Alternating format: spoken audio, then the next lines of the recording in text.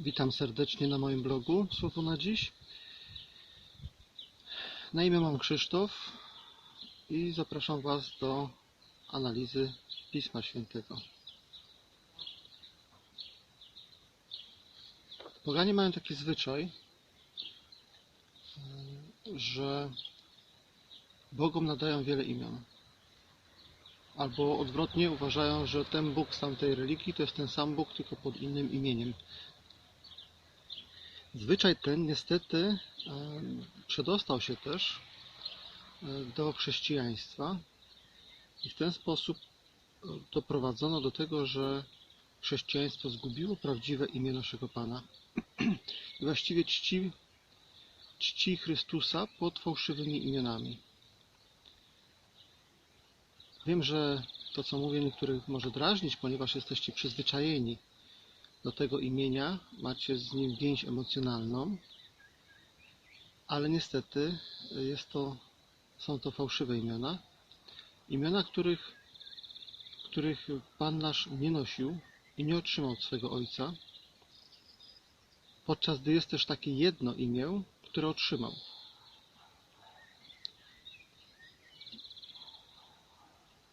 I teraz możecie się upierać, że to nieważne jest, ale to z waszego punktu widzenia, bo skoro anioł przyszedł na ziemię w imieniu Boga i przekazał zarówno Mariam, jak i Józefowi, jak ma nadać imię, to nie powiedział byle jakie, byleby na J się zaczynało, albo pisało się taką kreską. Nie, on powiedział konkretnie i uzasadnił, dlaczego takie imię. Ponieważ Zbawiciel, ponieważ on zbawi od grzechu wielu. I teraz Zbawiciel po hebrajsku w tamtych czasach to było Jeszu. Jaszu to byłoby już, że Jach zbawia, czyli Jeszu to było Zbawiciel po prostu, że ta osoba jest Zbawicielem. I teraz możesz mieć problem z przyznaniem tego, możesz się bronić przed tym, bo emocje ci mówią, że liczy się to, co ty do tej pory wiedziałeś, ale musisz też wiedzieć jedną rzecz. Uznanie imienia naszego Pana to jest pierwszy przejaw daru Ducha Świętego. W pierwszym liście do Koryntian, 12 rozdział, 3 werset czytamy: Dlatego wyjawiam wam, że nikt w tchnieniu Bożym nie może mówić przekleństwem Jeszu. Nikt też nie może powiedzieć Panem Jeszu, chyba że w tchnieniu świętym. Tchnienie to synonim ducha w tym przypadku. W większości przykładów ma tu ducha po prostu. Tak więc przyjęcie imienia Jeszu, tego prawdziwego imienia, jest darem Ducha Świętego. A osoby, które twierdzą, że to jest przekleństwo, to Pismo Święte samo mówi wyraźnie, że nie mają tchnienia świętego, nie mają ducha. I teraz kluczowe to jest dla naszego zbawienia, bo wiemy, że kto wzywa imienia Pańskiego, ten będzie zbawiony. No i teraz chrześcijanie w Stanach Zjednoczonych wzywają Jezusa, we Francji Jezus, w Rosji Isus. No i tam jeszcze parę innych jest, między innymi Jezus, Jeszua, różne są.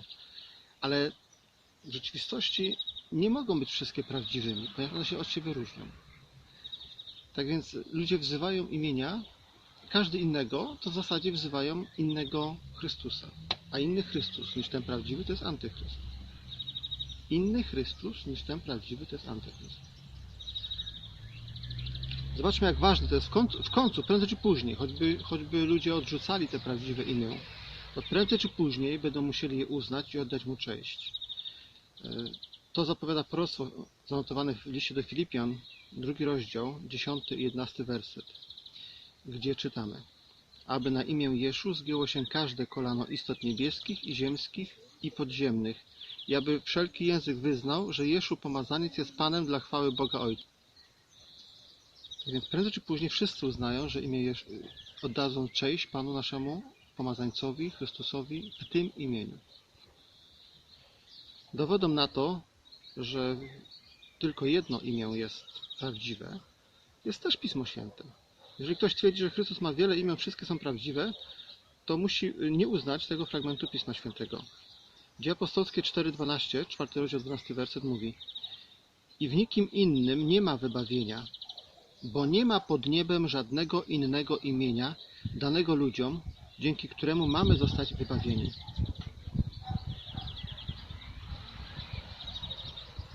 Tylko jedno imię, jeden sposób zawołania.